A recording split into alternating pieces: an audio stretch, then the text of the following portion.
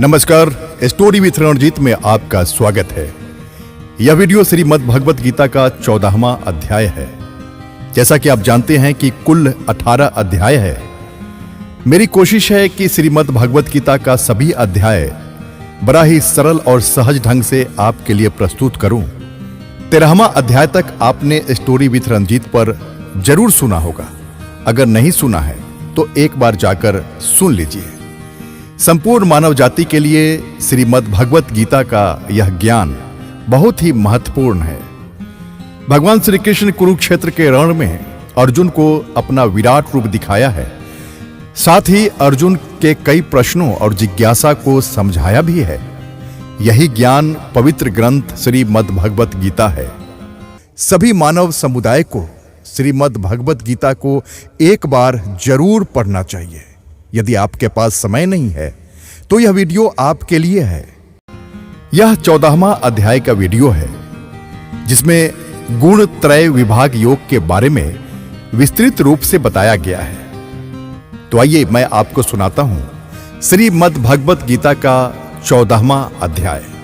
भगवान श्री कृष्ण ने प्रकृति और पुरुष द्वारा जगत की उत्पत्ति के बारे में अर्जुन को समझाते हैं और कहते हैं, हे अर्जुन, समस्त ज्ञानों में भी सर्वश्रेष्ठ इस परम ज्ञान को मैं तेरे लिए फिर से कहता हूं, जिसे जानकर सभी संत मुनियों ने इस संसार से मुक्त होकर परम सिद्धि को प्राप्त किया है। इस ज्ञान में स्थिर होकर वह मनुष्य मेरे जैसे स्वभाव को ही प्राप्त होता है।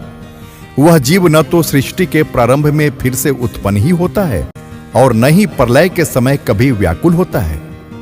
हे भरतवंशी, मेरी यह 8 तत्वों वाली जड़ प्रकृति यानी जल, अग्नि, वायु, पृथ्वी, आकाश, मन, बुद्धि और अहंकार ही समस्त वस्तुओं को उत्पन्न करने वाली योनि यानी माता है और मैं ही ब्रह्म यानी आत्मा रूप में चेतन रूपी बीज को स्थापित करता हूं। इस जड़ चेतन के संयोग से ही सभी चर अचर प्राणियों का जन्म संभव होता है। हे कुंती पुत्र, समस्त योनियों जो भी शरीर धारण करने वाले प्राणी उत्पन्न होते हैं, उन सभी को धारण करने वाली जड़ प्रकृति ही माता है और मैं ही ब्रह्म यानी आत्मा रूपी बीज को स्थापित करने वाला पिता हूं। भगवान श्री कृष्ण ने प्रकृति के गुणों की क्रियाशीलता के बारे में अर्जुन को समझाते हुए कहते हैं, हे महाबाहु अर्जुन, सात्विक गुण, राजसिक गुण और तामसिक गुण, यह तीनों गुण भौतिक प्रकृति से ही उत्पन्न होते हैं। प्रकृति से उत्पन्न तीनों गुणों के कारण ही अविनाशी जीवात्मा शरीर में बंध जाती है। हे निष्पाप अर्जुन, तपोगुण अन्य गुणों की अपेक्षा अधिक शुद्ध होने के कारण पाप कर्मों से जीव को मुक्त करके आत्मा को प्रकाशित करने वाला होता है, जिससे जीव सुख और ज्ञान के अहंकार में बंध जाता है। हे कुंती पुत्र, रजोगुण को कामनाओं और लोभ के कारण उत्पन्न हुआ समझ, जिसके कारण शरीरधारी जीव सकाम कर्मों यानी फल की आसक्ति में बंध जाता है। हे भरतवंशी, तमोगुण को शरीर के प्रति मोह के कारण अज्ञान से उत्पन्न हुआ समझ, जिसके कारण जीव प्रमाद यानी पागलपन में व्यर्थ के कार्य करने की प्रवृत्ति, आलस्य यानी आज के कार्य को कल पर टालने की प्रवृत्ति और निद्रा यानी अचेत अवस्था में न करने योग्य कार्य करने की प्रवृत्ति द्वारा बंध जाता है। हे अर्जुन, सतोगुण मनुष्य को सुख में बांधता है, रजोगुण मनुष्य को सकाम कर्म में बांधता है और तमोगुण मनुष्य के ज्ञान को ढककर प्रमाद में बांधता है। हे भरतवंशी अर्जुन, रजोगुण और तमोगुण के घटने पर सतोगुण बढ़ता है, सतोगुण और रजोगुण के घटने पर तमोगुण बढ़ता है। इसी प्रकार तमोगुण और सतोगुण के घटने पर तमोगुण बढ़ता है। जिस समय इसके शरीर सभी 9 द्वारों यानी 2 आंखें, 2 कान, 2 नथुने, मुख, गुदा और उपस्थ में ज्ञान का प्रकाश उत्पन्न होता है, उस समय सतोगुण विशेष वृद्धि को प्राप्त होता है।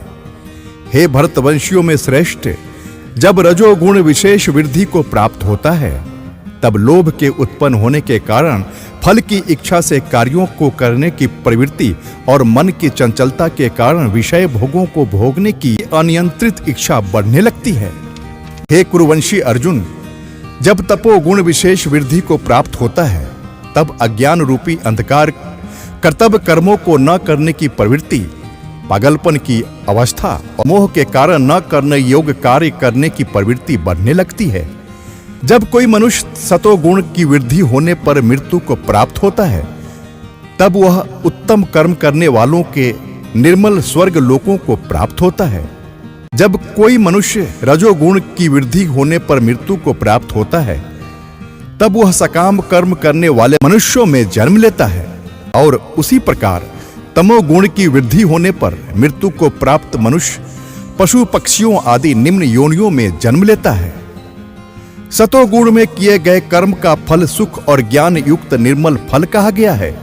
रजोगुण में किए गए कर्म का फल दुख कहा गया है और तमोगुण में किए गए कर्म का फल अज्ञान कहा गया है। सतोगुण में वास्तविक ज्ञान उत्पन्न होता है, रजोगुण में निश्चित रूप से लोभ ही उत्पन्न होता है और तमोगुण में निश्चित रूप से प्रमाद मोह अज्ञान ही उत्पन्न होता है। सतोगुण में स्थित जीव स्वर्ग के उच्च लोकों को जाता है, रजोगुण में स्थित जीव मध्य में पृथ्वी लोक में ही रह जाते हैं और तमोगुण में स्थित जीव पशु आदि नीच योनियों में नरक को जाते हैं। भगवान श्री कृष्ण गुणातीत पुरुष के लक्षण के बारे में बताते हुए अर्जुन को कहते हैं, जब कोई मनुष्य प्रकृति के तीनों गुणों के अतिरिक्त अन्य किसी को करता नहीं देखता है और स्वयं को दृष्टा रूप से देखता है, तब वह प्रकृति के तीनों गुणों से परे स्थित होकर मुझ परमात्मा को जानकर मेरे दिव्य स्वभाव को ही प्राप्त होता है।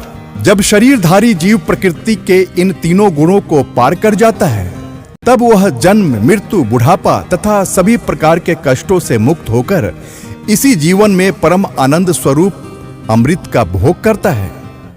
अर्जुन ने पूछा, हे प्रभु, प्रकृति के तीनों गुणों के पार किया हुआ मनुष्य किन लक्षणों के द्वारा जाना जाता है और उसका आचरण कैसा होता है तथा वह मनुष्य प्रकृति के तीनों गुणों को किस प्रकार से पार कर पाता है?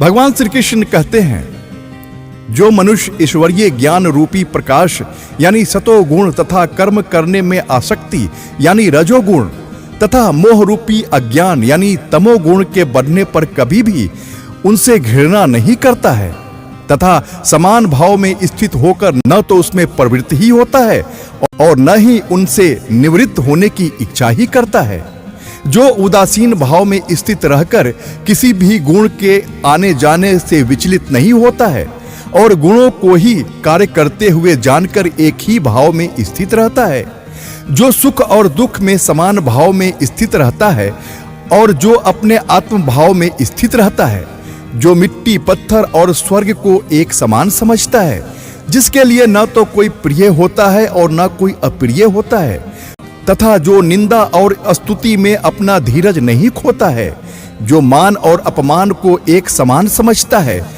जो मित्र और शत्रु के पक्ष में समान भाव में रहता है तथा जिसमें सभी कर्मों के करते हुए भी कर्तापन का भाव नहीं होता है, ऐसे मनुष्य को प्रकृति के गुणों से अतीत कहा जाता है।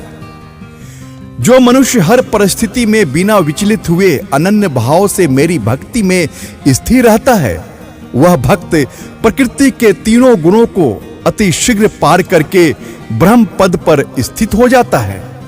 उस अविनाशी ब्रह्म पद का मैं ही अमृत स्वरूप, शाश्वत स्वरूप, धर्म स्वरूप और परम आनंद स्वरूप एकमात्र आश्रय हूं।